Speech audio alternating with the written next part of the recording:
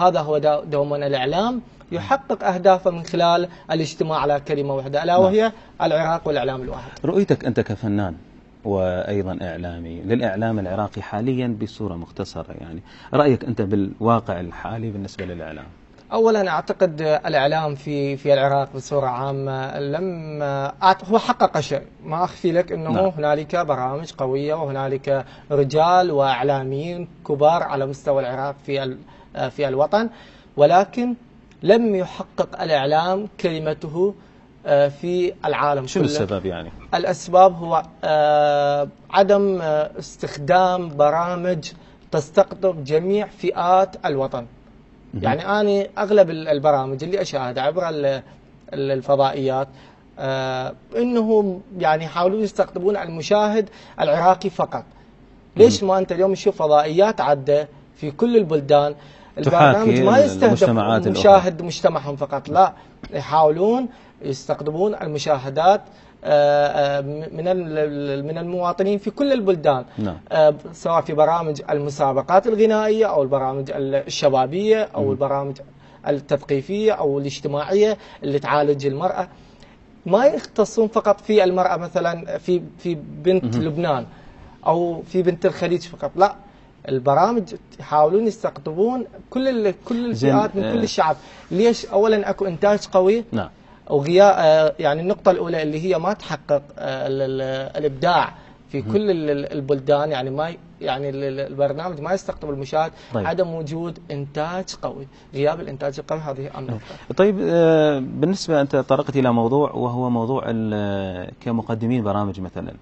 يعني أنت كمشاهد حينما ترى إحدى القنوات العراقية تستقطب مثلا مذيعين ومقدمي برامج سوى عراقيين، كيف تنظر إلى هذه الفقرة؟ هل هي من باب التوسع ومن باب اجتذاب أكثر عدد من المشاهدين، أم فقط هي لزيادة السمعة بالنسبة للقنوات؟ أنا أعتقد هي الاثنين مغايتهم، يعني أنه لا هذه ولا هذه. فإذا كان هو يحاول يحقق يعني جذب مشاهدين أو مستمعين في الإذاعة أو في التلفزيون، أنه يستخدم مثلا مقدمين لبنانيين أو مقدمين مثلا خليجيين، أولا هو قبل لا يجيب هذه الإمكانيات خلينا نقول القوية، يعني أكيد كل البلدان عندهم إمكانيات كما في بلدنا.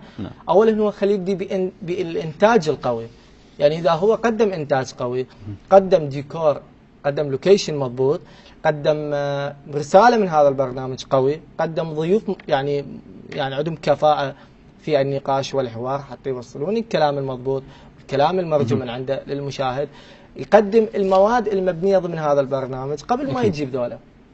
من أنا أجيب مقدمين من كذا بلد من كذا بلد وأجيبه داخل البلد وخليه يقدم فد نوعية برنامج معين.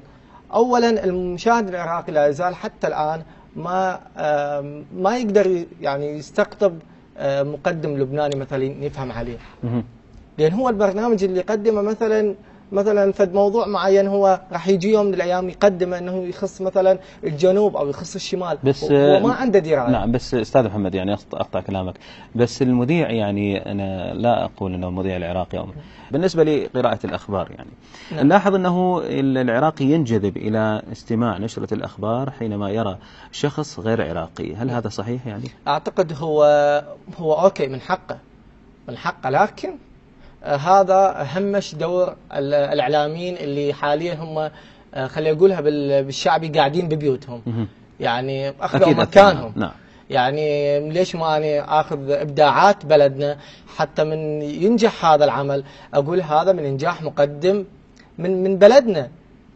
ليش أنا أقدم برنامج عنده يعني بإنتاج قوي وبهدف واضح ومرجو من عنده، يعني مثلا مقدم من غير جنسية؟ هو هي احنا نقولها ليش يعني. استاذ محمد، انت تطرقت الى موضوع انه الاستقطاب وغيره بالنسبه الى الاعلاميين غير العراقيين في القنوات العراقيه، يعني انتم كفريق عمل في الاتحاد الدولي للاعلاميين العراقيين مثلا، يعني ما تفكرون يوم من الايام مثلا تنجمعون بمدراء القنوات الفضائيه وتنطوهم مثلا يعني أو نقدر نقول تجيبوا لهم يابا احنا عندنا كذا شخص مقدم برامج عراقي يمتلك كذا خبرة، يمتلك كذا سنة في المجال عمله، ليش ما تجون تشغلوهم انتم؟ ليش تجيبون مثلا واحد غريب؟ مثلا احنا ما نقول غريب، وإنما حق القنوات العراقية، لكن العراقي له حق في العمل داخل قنواته الفضائية. طبعا سؤالك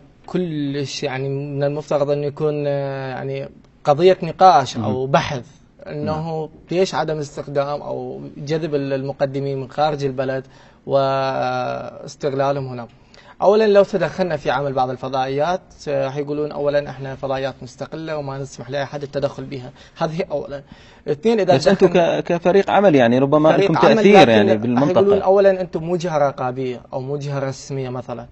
ليش يعني أنتم ما قدرتوا تأخذون مثلا من نقابة الصحفيين دعم مثلا تنطيكم السلطة تحددون مثلا أو تقيدون بعض التصرفات من قبل مدراء القنوات؟ اولا ماكو هذا الشيء يعني؟ لا اعتقد ماكو شيء، اكو دعم ان شاء الله. انا قلت لك في بدايه لا هذا يختلف عن الدعم، مثلا الدعم ربما نعم اعتقد لحد الان ما اعرف فيما اذا كان يعني يسمعونا في النقابه انه يقدمون لنا دعم. اكيد احنا فيما لو انه نعطيهم هذه الرساله، انه نقول لهم اليوم عندنا كثير من الكفاءات جالسين ببيوتهم وما متوفرت لهم الفرصه، فيما لو استخدم هذا المقدمه او هذه عفوا المقدمه، انا متاكد راح يقدمون ابداع. لكن تهميش دورهم في الاعلام وفي الفضاء اعطى فرصه للكثير من المقدمين من خارج البلد الدخول الى العراق والانطلاق منه. انا اكيد متاكد واكثر من متاكد كثير من المقدمين اللي كان متهمش دورهم في باقي البلدان جو انطلقوا من بغداد، من العراق، من قلب العراق، سواء في الجنوب او في الشمال، انطلقوا من هنا. ليش ما أنطي أنا هذا الدور إلى إعلامي من بغداد، إعلامي من كردستان، إعلامي من الفيحاء البصرة؟ ليش ما أنطي، ليش ما أخلي الشباب العراق، شابات العراق هذول المبدعين إنه يقدمون إبداعهم هنا؟ تهميش الدور، وهذا يعني يقع على عاتق بعض الفضائيات اللي تهمش دور أكيد مو الكل البعض، إنه يهمشون دور الفضاء. نعم. هناك يعني بالنسبة إلى مجال الإعلام نظرة يعني ربما